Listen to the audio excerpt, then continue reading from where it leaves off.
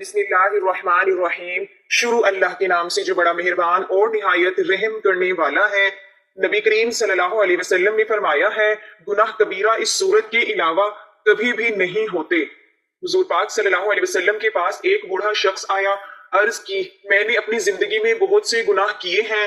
اللہ کے نبی صلی اللہ علیہ وسلم نے فرمایا تو یہ سورت پڑھ، اللہ تعالیٰ تیرے سارے گناہ معاف فرما دے گا۔ حضرت ابو ذر غفاری رضی اللہ تعالی عنہ سے مروی ہے، فرماتے ہیں ایک دن ایک بوڑھا شخص حضور نبی اکرم صلی اللہ علیہ وسلم کے حجر اقدس کے باہر رو رہا تھا۔ اس کے رونے کی آواز آپ صلی اللہ علیہ وسلم کو سنائی دی تو آپ صلی اللہ علیہ وسلم باہر تشریف لے آئے اور فرمایا، اے شخص کیوں روتا ہے؟ اس شخص نے عرض کیا، یا رسول اللہ صلی اللہ علیہ وسلم، ساری زندگی گناہوں میں گزری ہے اور عظیم گناہ رکھتا ہوں، اب وقت ہو چکا ہے، اللہ کے عذاب سے ڈرتا ہوں۔ آپ صلی اللہ علیہ وسلم نے فرمایا تو اور کچھ نہ کر یہ سورت پڑھ، اللہ تعالیٰ تیرے سارے گناہ معاف فرمائے گا۔ اس شخص نے کہا، میرے گناہ بہت بڑے ہیں۔ آپ صلی اللہ علیہ وسلم نے فرمایا، اللہ کا کلام بھی بڑا ہے۔ محترم ناظرین، حضرت بی بی سارہ کی مشکل ترین رات حدیث پاک میں ہے کہ حضرت سارہ کو نہلا کر لباس فاخرہ میں فرعون کے پاس پہنچا دیا گیا ہے۔ فرعون کمرے میں آیا، حضرت سارہ کی طرف بڑھنے لگا، وہ بستر پر گر گئی تو فرعون ہنسنے لگا کہ کام آسان ہو گیا ہے اور فرعون بستر کی جانب بڑھنے لگا۔ یہ سب ماجرا دیکھ کر اللہ تبارک و تعالیٰ کی تجلی جوش میں آئی اور پھر ان پر عذاب شروع ہو گیا اور اس کے پاؤں زمین میں دھسنے لگے۔ بالآخر فرعون حضرت سارہ علیہ السلام سے معافی مانگتا ہوا گڑ گڑانے لگا۔ تب حضرت سارہ رضی اللہ تعالی عنہا نے فرعون کو معاف کیا تاکہ یہ دنیا نہ کہے کہ سارہ نے فرعون کو قتل کیا ہے۔ مدینے کی عورتوں میں ایک مرتبہ بحث چھڑ گئی کہ عورت کا اصلی زیور کیا ہے۔ کسی نے بولا ہاتھ خالی نہیں ہونا چاہیے، کسی نے بولا ناک خالی نہیں ہونی چاہیے، کسی نے کان بولا تو کسی نے بولا گلا۔ ایک عورت نے کہا آپس میں بحث نہ کریں اور حضرت فاطمہ الزہرا رضی اللہ تعالی عنہا کے پاس جاتی ہیں اور ان سے پوچھتی ہیں تو سب عورتیں آپ کے پاس حاضر ہو گئیں۔ اسی طرح کسی نے کہا ہاتھ گلا کان نہ خالی نہیں ہونے چاہیے تو حضرت فاطمہ رضی اللہ تعالی عنہا نے جواب دیا، سب غلط ہے، تمہارا اصلی زیور ان کی حیا ہے۔ ایک مرتبہ ایک بد شکل شخص حضور نبی اکرم صلی اللہ علیہ وسلم کی خدمت میں حاضر ہوا اور اس کی بیوی نہایت حسین و جمیل تھی۔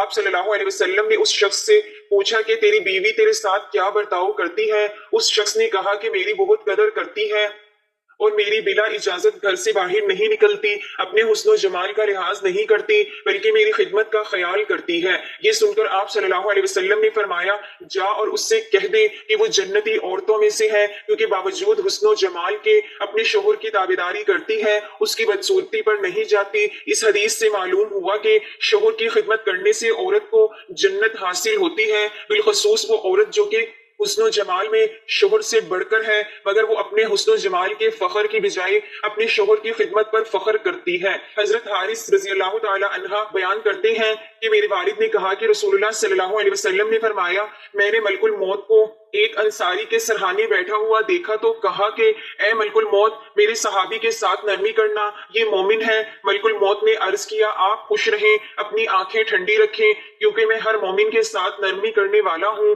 اے اللہ کے رسول صلی اللہ علیہ وسلم، آپ یقین رکھیں، میں ابن آدم کی روح قبض کرتا ہوں اور اس کے گھر والوں میں سے کوئی چیخ کر روتا ہے تو اس کی روح لے کر کھڑا ہو جاتا ہوں اور سوچتا ہوں کہ یہ کیوں رو رہا ہے۔ اللہ کی قسم، ہم نے اس پر ظلم نہیں کیا، نہ ہی وقت سے پہلے اس کی روح قبض کی ہے۔ اگر یہ اللہ تعالیٰ کی رضا سمجھ کر شکر ادا کریں تو ان کو بہت اجر و ثواب ملے گا، اور اگر یہ چیخ و پکار اور واویلا کریں گے تو گناہ گار ہوں گے۔ ہمیں تو آپ کی طرف بار بار آنا ہے، سو آپ احتیاط کریں۔ میں دن رات تیرے اور مختلف میدان اور پہاڑ پر ہر گھر میں نظر رکھتا ہوں اور چھوٹے بڑے کو پہچانتا ہوں، اور اے اللہ کے رسول صلی اللہ علیہ وسلم، اللہ کی اجازت کے بغیر ایک مچھر کی بھی روح قبض نہیں کرتا۔ حضور اقدس صلی اللہ علیہ وسلم خطبہ ارشاد فرماتے تو کھجور کے ایک تنے سے ٹیک لگا لیتے تھے جو مسجد کے ستون میں سے تھا۔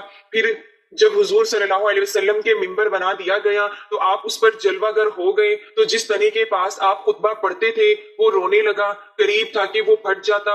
اے نبی کریم صلی اللہ علیہ وسلم ممبر سے اترے اور تنے کو پکڑا، اپنے سینے مبارک سے چمٹا لیا تو وہ سسکیاں بھرنے لگا حتیٰ کہ خاموش ہو گیا۔ اس تنے کے رونے کی آواز سب صحابی نے سنی۔ جمعے والے دن حضور اس سے ٹیک لگاتے اور یہ ستون حضور کی پشت مبارک کے بوسہ لیتا۔ اس سے حضور کی جدائی برداشت نہ ہوئی تو زاروں قطار رونے لگا۔ حضرت ابو ہریرہ رضی اللہ تعالی عنہ روایت کرتے ہیں کہ ایک شخص حضور نبی اکرم صلی اللہ علیہ وسلم کی خدمت میں حاضر ہوا اور عرض کیا، یا رسول اللہ صلی اللہ علیہ وسلم، میں نے اپنی بیٹی کا نکاح کر دیا ہے اور اسے اس کے خاوند کے پاس بھیجنا چاہتا ہوں، میرے پاس کوئی خوشبو نہیں، آپ کچھ عنایت فرما دیں۔ آپ صلی اللہ علیہ وسلم نے ارشاد فرمایا، میرے پاس اب تو کچھ نہیں، کل صبح ایک چوڑے منہ والی شیشی اور کسی درخت کی لکڑی میرے پاس لے آنا۔ دوسرے روز وہ شخص چوڑے منہ والی شیشی اور ایک لکڑی کا ٹکڑا لے کر حاضر خدمت ہوا۔ آپ صلی اللہ علیہ وسلم نے اپنے دونوں ہاتھوں سے اس میں اپنا پسینہ ڈالنا شروع کر دیا یہاں تک کہ وہ بھر گئی۔ پھر فرمایا، اسے لے جا اور اپنی بیٹی سے کہہ دینا کہ اس لکڑی کو شیشی میں تر کر کے اپنے جسم میں مل لیا کرے۔ بس جب وہ آپ کے پسینہ مبارک کو لگاتی تو تمام اہل مدینہ کو اس کی خوشبو پہنچتی، یہاں تک کہ ان کے گھر کا نام خوشبو والوں کا گھر ہو گیا۔ رسول اکرم صلی اللہ علیہ وسلم نے فرمایا کہ ابلیس کا تخت پانی پر ہے، وہاں سے وہ اپنے لشکر روانہ کرتا ہے۔ اس کے نزدیک سب سے زیادہ پسندیدہ شیطان وہ ہوتا ہے تو سب سے زیادہ لوگوں میں فتنہ ڈالتا ہے۔ اس کے لشکر میں سے ایک آ کر کہتا ہے، میں نے ایسا ایسا کام کیا ہے۔ دوسرا چلا کے آ کر کہتا ہے، تم نے کچھ بھی نہیں کیا۔ پھر ان میں سے ایک آ کر کہتا ہے، میں نے ایک میاں بیوی کے درمیان جھگڑا کروا دیا ہے۔ تو بڑا شیطان اس کو اپنے قریب کر کے کہتا ہے، ہاں تم نے بہت اچھا کام کیا ہے، اور اس کو اپنے گلے لگا لیتا ہے۔ طوفان نوح گزر جانے کے بعد حضرت نوح علیہ السلام کی کشتی جودی پہاڑ پر پہنچ کر ٹھہر گئی تو حضرت نوح علیہ السلام روئے زمین کی خبر لانے کے لیے کبوتر کو بھیجا تو وہ زمین پر نہیں اترا بلکہ ملک سبا سے زیتون کی ایک پتی چونچ میں لے کر آ گیا۔ تو آپ نے فرمایا کہ تم زمین پر نہیں اترے، اس لیے پھر جاؤ اور روئے زمین کی خبر لاؤ۔ وہ کبوتر بارہا روانہ ہوا اور مکہ مکرمہ میں حرم کعبہ کی زمین پر اترا اور دیکھ لیا کہ پانی حرم زمین سے ختم ہو چکا ہے اور سرخ رنگ کی مٹی زہر ہو گئی ہے۔ کبوتر کے دونوں پاؤں سرخ مٹی سے رنگین ہو گئے اور وہ اسی حالت میں حضرت نوح علیہ السلام کے پاس واپس آ گیا اور عرض کیا کہ اے خدا کے پیغمبر، آپ میرے گلے میں ایک خوبصورت توق عطا فرمائیے اور میرے پاؤں میں سکون عطاب مرحمت فرمائیے اور مجھے زمین حرم میں سکونت کا شرف عطا فرمائیے۔ چنانچہ حضرت نوح علیہ السلام نے کبوتر کے سر پر دست شفقت پھیرا اور اس کے لیے یہ دعا فرما دی کہ اس کے گلے میں دھاری دار کا خوبصورت ہار پڑا رہے اور اس کے پاؤں سرخ ہو جائیں اور اس کی نسل میں خیر و برکت رہے اور اس کی زمین حرم میں سکونت کا شرف ملے۔ چنانچہ حضرت نوح علیہ السلام کی یہ دعا قبول ہوئی اور کبوتر کا پاؤں ہمیشہ کے لیے سرخ ہو گیا۔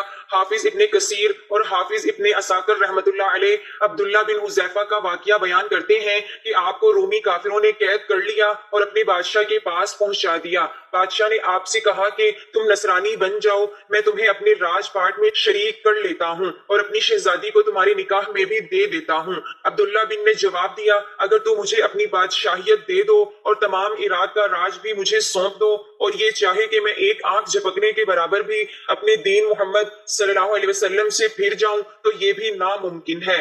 بادشاہ نے کہا، پھر تجھے قتل کر دوں گا۔ حضرت عبداللہ بن حذیفہ نے جواب دیا کہ ہاں، یہ تجھے اختیار ہے۔ چنانچہ اسی وقت بادشاہ نے حکم دیا اور انہیں صلیب پر چڑھا دیا اور تیر اندازوں نے قریب سے باحکم بادشاہ کے ہاتھ اور جسم کو چھیدنا شروع کر دیا۔ بار بار کہا جاتا ہے کہ اب بھی نصرانیت قبول کر لو اور آپ پورے صبر و استقلال سے فرماتے جا رہے تھے کہ ہرگز نہیں۔ آخر بادشاہ نے طرح طرح کی اذیتیں پہنچائی لیکن پھر بھی اپنے ایمان پر بنے رہے۔ بالآخر بادشاہ کی بھٹی میں چڑھانے کا حکم دیا اور بھٹی میں لے گئے تو عبداللہ بن حذیفہ کی آنکھوں سے آنسو نکل آئے تو بادشاہ نے کہا کہ اتنی اذیت دی گئی ہے لیکن اپنے دین محمدی میں ڈٹے رہے اور اب یہ آنسو کیسے؟ تو عبداللہ بن حذیفہ نے فرمایا کہ ایک ہی جان ہے جسے راہ خدا میں قربان کر رہا ہوں، کاش میرے پاس ہزاروں جانیں ہوتی تو قربان کر دیتا۔ حضرت مالک بن دینار ایک مرتبہ بازار تشریف لے گئے۔ ایک حسن اتفاق سے اس وقت سامنے سے بادشاہ سلامت کی سواری آ رہی تھی۔ سواری کو راستہ دلوانے کے لیے پہرے دار لوگوں کو ادھر ادھر ہٹانے کے لیے ایک شور بلند کیا۔ حضرت مالک بن دینار رحمت اللہ علیہ اس قدر کمزوری محسوس کر رہے تھے کہ انہیں راستے سے ہٹنے میں تھوڑی تاخیر ہو گئی۔ چنانچہ ایک پہرے دار نے آپ کو زور سے کوڑا مارا۔ تکلیف کی اس حالت میں آپ کے منہ سے اس پہرے دار کے بارے میں یہ کلمہ نکل گیا، خدا کرے کہ تیرے ہاتھ کٹوا دیے جائیں۔ پھر کیا تھا، چند ہی روز بعد کسی جرم کی پاداش میں اس پہرے دار کے ہاتھ کٹوا دیے گئے۔ تاہم آپ کو اس کی یہ حالت دیکھ کر انتہائی فلک تاہم ہوا۔ آپ نے دل میں کہا کہ کاش خود کی حالت میں میرے منہ سے پہرے دار کے بارے میں برا کلمہ نہ نکلتا۔ حضرت بی بی آمنہ کے شوہر حضرت عبداللہ کو 6 سال گزر چکے تھے۔ حضرت آمنہ اپنے شوہر حضرت عبداللہ کو بہت یاد کرتی تھی اور اکثر انہیں یاد کر کے رویا کرتی تھی، لیکن قسمت کا فیصلہ 6 سال گزر چکے اور ابھی تک اپنے شوہر کی قبر پر جانے کا موقع نہ مل سکا۔ آخر بے چین ہو کر ایک دن حضرت عبد المطلب سے کہا کہ بابا جان، میں کچھ دنوں کے لیے اپنے گھر مدینہ جانا چاہتی ہوں۔ حضرت عبد المطلب نے اجازت دی تو اپنی خادمہ ام ایمن اور منشی ایرانی کو لے کر ایک اونٹنی سے چل پڑی۔ 10 دنوں کا سفر کر کے مدینہ منورہ میں پہنچی۔ 1 ماہ بعد حضرت آمنہ اپنی والدہ سے اجازت لے کر گھر واپسی کے لیے نکل پڑی تو 3 دن کا سفر طے کرنے کے بعد اچانک بی بی آمنہ کے سینے میں درد ہوا۔ اس وقت مکہ مکرمہ میں مقام ابو پہنچ چکی تھی جو ایک بیابان جنگل تھا۔ حضرت آمنہ ام ایمن سے بولی کہ میرے سینے میں درد ہو رہا ہے۔ حضرت ام ایمن نے اونٹنی کو ایک پہاڑی کے سائے میں بٹھایا اور بی بی آمنہ کو اونٹنی سے اتار کر نیچے سلا دیا۔ پھر رفتہ رفتہ سینے کا درد بڑھتا گیا اور حضرت آمنہ مکہ مکرمہ میں ابو میں 25 سال کی عمر میں اللہ کو پیاری ہو گئی۔ اس وقت حضور نبی کریم صلی اللہ علیہ وسلم کی عمر صرف 6 برس کی تھی۔ نبی کریم صلی اللہ علیہ وسلم کی دنیا سے پردہ فرمانے کے بعد حضرت بلال ملک شام چلے گئے اور وہیں بس گئے۔ ایک عرصے کے بعد خواب میں نبی پاک حضرت محمد صلی اللہ علیہ وسلم کی زیارت ہوئی اور فرمایا، اے بلال، ہمیں ملنا کیوں چھوڑ دیا ہے؟ آنکھ کھلتے ہی مدینہ کے لیے روانہ ہو گئے۔ کئی دنوں کی مسافت کے بعد مدینہ پہنچے، مسجد میں حاضری دی اور روضہ رسول پر پہنچے، صلی اللہ علیہ وسلم پر پہنچے۔ وہی بے ہوش ہو کر گر پڑے۔ جب ہوش آیا تو اہل مدینہ نے کہا کہ ایک بار وہی آزان سنا دیں۔ سرکار کے زمانے والی حضرت بلال رضی اللہ تعالی عنہ نے معذرت کی کہ اب مجھ سے برداشت نہیں ہوگا۔ لوگوں نے حسنین کریمین سے کہلوایا، انکار ناممکن تھا۔ آزان شروع کر دی تو اہل مدینہ رو پڑے، دل قابو میں نہ رہے۔ پیارے آقا صلی اللہ علیہ وسلم کا زمانہ تازہ ہو گیا۔ بچے سب اپنے اپنے گھروں سے نکل آئے، غم سے نڈھال ہیں، بے قرار ہیں، ہچکیاں بند گئی۔ جب کہا اشہد ان محمد رسول اللہ، لوگ چیخ مار کر رونے لگے۔ حضرت بلال رضی اللہ تعالی عنہ کی نظر ممبر رسول پر پڑی۔ ممبر خالی تھا، سرکار نہیں تھے۔ ممبر خالی دیکھ کر گر پڑے، بے ہوش ہو گئے، آزان مکمل نہ کر سکے۔ جب ہوش میں آئے تو اٹھے، روتے ہوئے ملک کے شام کی طرف روانہ ہو گئے۔ حضرت ابو ہریرہ رضی اللہ تعالی عنہ سے روایت ہے، رسول خدا صلی اللہ علیہ وسلم نے فرمایا کہ جس آدمی پر بھی اپنے بھائی مسلمان کا اس کی عزت و آبرو سے متعلق یا کسی اور چیز سے متعلق کوئی حق ہو، یعنی اس کی بے عزتی کر کے یا کوئی اور زیادتی کر کے اس پر ظلم کیا ہو، اس کو چاہیے کہ آج ہی دنیا میں ازالہ کر کے حق ادا کر دے، قبل اس کے کہ وہ دن آ جائے جس میں ازالہ کر کے کسی کے پاس دینار و درہم نہیں ہوں گے۔ ازالے کے لیے اس کی نیکیاں لے کر مظلوم کو دے دی جائیں گی، اگر اس کی نیکیاں نہ ہوں گی تو حقدار کی برائیاں لے کر اس پر لا دی جائیں گی۔ حضرت ابن عمر بن عاص رضی اللہ تعالی عنہ سے روایت ہے کہ نبی کریم صلی اللہ علیہ وسلم نے فرمایا کہ مسلمان وہ ہے جس کی زبان اور ہاتھ سے دوسرے محفوظ رہیں، اور مہاجر وہ ہے جو اللہ کی منع کی ہوئی چیزوں کو چھوڑ دیں۔ حضرت ابو ذر رضی اللہ تعالی عنہ سے مروی ہے، فرماتے ہیں ایک دن ایک بوڑھا شخص حضور اکرم صلی اللہ علیہ وسلم کے حجرہ اقدس کے باہر رو رہا تھا، تو اس کے رونے کی آواز آپ صلی اللہ علیہ وسلم نے سنی تو آپ صلی اللہ علیہ وسلم باہر تشریف لے آئے اور فرمایا، اے شخص کیوں روتا ہے؟ اس شخص نے عرض کیا، یا رسول اللہ صلی اللہ علیہ وسلم، ساری زندگی گناہوں میں گزری ہے اور عظیم گناہ رکھتا ہوں، اب وقت ہو چکا ہے کہ اللہ کے عذاب سے ڈرتا ہوں۔ آپ صلی اللہ علیہ وسلم نے فرمایا، تو یہ سورت پڑھ لے، اللہ تعالیٰ تیرے گناہ معاف فرما دے گا، اور وہ سورت توبہ ہے۔ حضور پاک صلی اللہ علیہ وسلم نے فرمایا کہ جو شخص روزانہ 1 مرتبہ کسی بھی وقت سورت توبہ کی تلاوت کرتا ہے تو اس کے کبیرہ صغیرہ سارے گناہ معاف ہو جاتے ہیں۔ جو انسان اپنے گناہ معاف کروانا چاہتا ہے تو اس کو چاہیے وہ روزانہ سورت توبہ کی کسی بھی وقت تلاوت کرے۔ انشاءاللہ اس سورت کی بدولت انسان کے سارے کبیرہ صغیرہ گناہ معاف ہو جاتے ہیں۔